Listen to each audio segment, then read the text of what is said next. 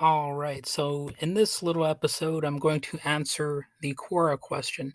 As a liberal, what would you do if your best friend told you that they voted for Trump? So, f- to start with, I need to say that I consider myself more on the left than like just a liberal or whatever. But I understand that, conservatives and right wingers like to call everybody who's to their left a liberal. So, that's a little bit of a technical distinction that I will make right from the start, but it is a bit of a quandary, as another core comment made clear. So, not only did someone I know support Trump, but it was one of my relatives, I will even say. So, when people ask, do you know any Trump supporters? I have to say yes. In fact, as I noted on my podcast, I once did an art show at a gallery owned by someone I later found out was a QAnon type person. Obviously, the problem there is that if I basically demonize anyone who accidentally had positive acquaintance with a Trump supporter, I would therefore also have to demonize myself. And the art gallery owner, you know, she was posting occasional anti-Semitic things online, like these memes that were you know, just at least a little bit anti-Semitic. They weren't like too over the top or whatever, but you could definitely detect some of that involved. Um, so I do know some people who are like that.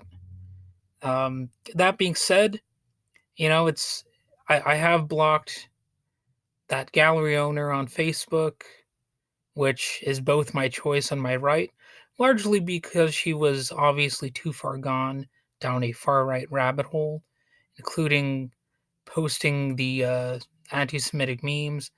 And to be fair to myself, I've also blocked leftists on Facebook, believe it or not, including a guy who was a rabid defender of Stalin, which is almost even more absurd than defending, like a Trump type of person, because very few people publicly will defend Stalin anymore, including even plenty of state communists. So it's a little bit strange, but oddly enough, that wasn't really even the main reason that I blocked that guy. It was because there was just one post I was just like, okay, I've had enough of this guy. I'm not even going to get into what the exact post was, but it was like one of those little things I was like, "All right, I have no use for this person on my Facebook feed anymore." So I was over with at that point. So oddly enough, the too far gone still is not true for every Trumpist, so to speak, especially when some have abandoned Donald Trump already. And some people will even change their political persuasion and either move more toward the middle or, in some cases, perhaps even to the left. That even happens sometimes. That actually can still happen if you just talk to people. And of course, really what you want is for people to just, not be stupid anymore. Frankly, many Trumpists just need to work on their critical thinking skills, or maybe they simply lack that ability in their brains. I don't know. Frankly, I don't 100% get it, as some of them still think Trump is a relatively normal person and not a neo fascist theocrat, despite all the blatant signals and overt messaging that he wants to overthrow U.S. democracy and the U.S. Constitution.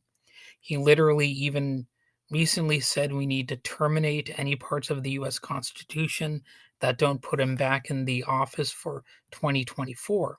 He said that on Truth Social. So he's on record. What more do you need to say about it? So, look, if you want to shun any and all Trump supporters, I absolutely get it. That is your choice. In fact, if people want to shun me for one reason or another, I might grumble about it here and there, but eventually I'll get over it. It's just one of those things.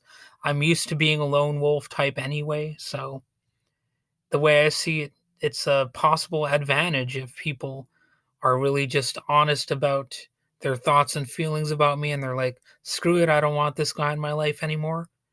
I might even get a little emotional about that. But you know what? At the end of the day, it's people being honest and making a free choice about who they want to associate with and for what reason.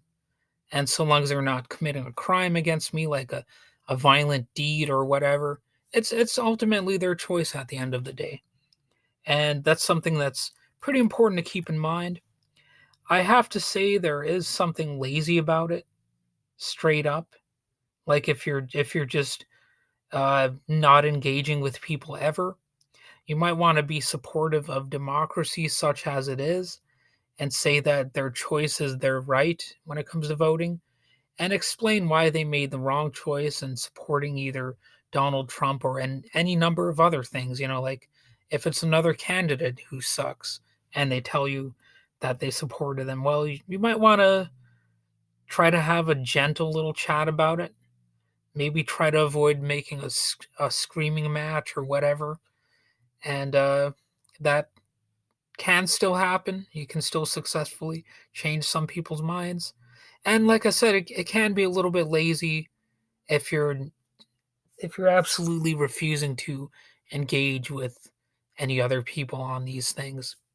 So if the friend we're talking about is someone you've been close to for a while, you might let them know that it's hurtful to hear the things they're saying about yourself and the country or what have you, which is absolutely the case regarding Trump and the modern Republican Party.